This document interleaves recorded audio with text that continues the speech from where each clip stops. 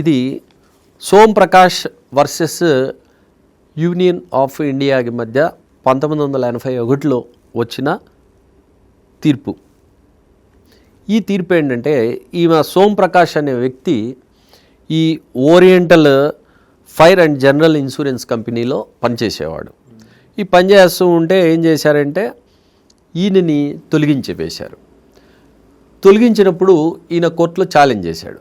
కోర్టులో ఛాలెంజ్ చేస్తే ఈ ఇన్సూరెన్స్ కంపెనీ ఏం చెప్పిందంటే, మాది company, insurance company, insurance company అయింది కాబట్టి మేము ఈ హైకోర్టు లేదా సుప్రీంకోర్టు రిట్ పరిధిలోకి రాము అనే వాదన తీసుకొచ్చినప్పుడు ఈ సుప్రీంకోర్టు ఏం చెప్పిందంటే, నువ్వు కంపెనీవే కానీ నీ కంపెనీని స్థాపించింది ప్రభుత్వము, కేంద్ర ప్రభుత్వం స్థాపించింది, కేంద్ర ప్రభుత్వం నియంత్రణలో నువ్వు పనిచేస్తున్నావు కాబట్టి నువ్వు కూడా స్టేట్ కిందకే వస్తావు, నువ్వు చేసే ఏ పని అయినా సరే రాజ్యాంగానికి లోబడే ఉండాలి, నాది కంపెనీ కాబట్టి నేను ప్రభుత్వంలో భాగం, రాజ్యంలో భాగం కాదు కాబట్టి, స్టేట్లో భాగం కాదు కాబట్టి నేను దీని కిందకి రాను అంటే కుదరదు.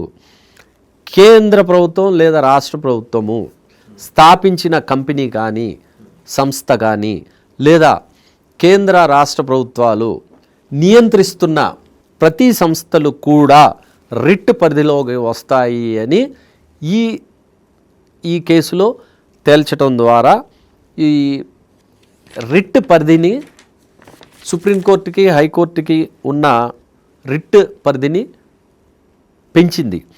ఈ తీర్పు ఎందుకంటే ముఖ్యమైనది, ఇలా కేంద్ర రాష్ట్ర ప్రభుత్వాలు ఏర్పాటు చేసిన ఈ సంస్థలు లేదా నియంత్రిస్తున్న సంస్థల్లో కూడా ఆర్టికల్ 14, 15, 16ని తప్పనిసరిగా పాటించాలి.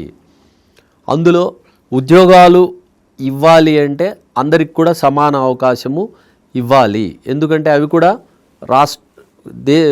స్టేట్లో భాగం కాబట్టి అనే ఇవి కొన్ని ముఖ్యమైన అంశాలు అందులో డిసైడ్ అయినాయి కాబట్టి ఇది కూడా ఒక ముఖ్యమైన కేసు.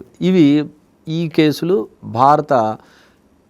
గతంలో భారతదేశానికి సంబంధించిన ఈ న్యాయ వ్యవస్థ కీలకమైన కేసులు. భారతదేశ పౌరులు, భారతదేశ ప్రభుత్వం మరింత మెరుగ్గా పనిచేయడం కోసం గాను వచ్చిన కేసులు కాబట్టి ముఖ్యమైన జడ్జిమెంట్స్ కాబట్టి ఇవి ముఖ్యమైన కేసులు.